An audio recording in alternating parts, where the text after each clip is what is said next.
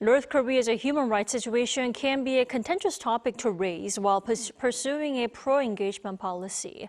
But an independent UN expert says it can be a chance for cooperation. Our Oh Soo-young sat down for a closer conversation. Human rights can present an opportunity for engagement with North Korea, not a cause for conflict.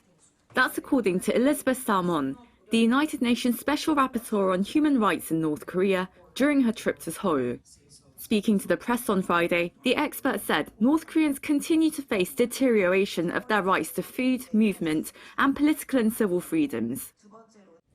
The overall human rights situation of the last 10 years showed no improvement, and in many instances degraded, despite reports of a few improvements in some isolated issues.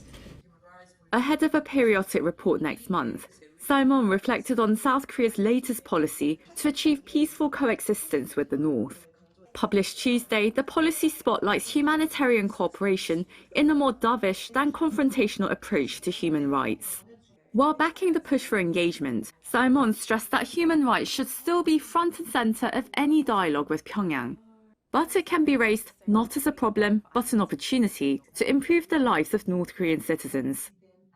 We cannot put left human rights aside because they are not only because the DPRK is a state member of the United Nations, it has a legal obligations concerning human rights, and finally because when we want to speak about peace, we are not only talking about avoiding war, but we are looking for a sustainable peace, which means that that peace can guarantee human rights for everybody. Now there's renewed speculation about potential top-level engagement between the leaders of North Korea and the United States. And well, while there's potential for human rights issues to be addressed, is there also a chance of having the human rights agenda cast aside? Firstly, I think that human rights must not be left aside. But secondly, I think that at least some key points must be stressed during any possible dialogue.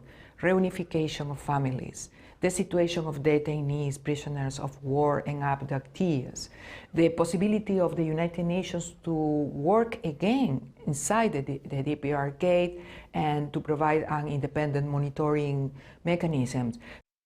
Salmón noted with optimism that Pyongyang has accepted almost 50% of recommendations on universal basic rights, including on women. As the first female special rapporteur on North Korean human rights, what stood out to you about the rights of women and children inside North Korea and the unique challenges that they face?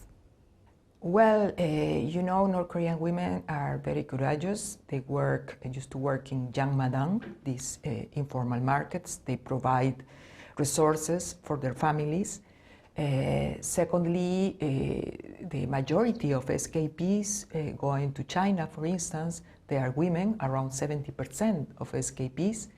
So their role is tremendously important, not only as victims, but also like leaders and providing information and proposing creative ways to help their families, to help their children. As a Latin American woman, I am totally convinced that any improvement in human rights cannot be done without women and girls.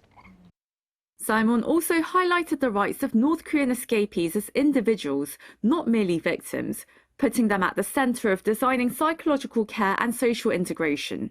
She also called for sustained coordination among civil society, governments, and international organizations to strengthen support and information finding. Such efforts should be diplomatized, not politicized, she said, stressing that human rights, peace, security, and development are strongly interlinked. Oh Soo-young, ArirangNews.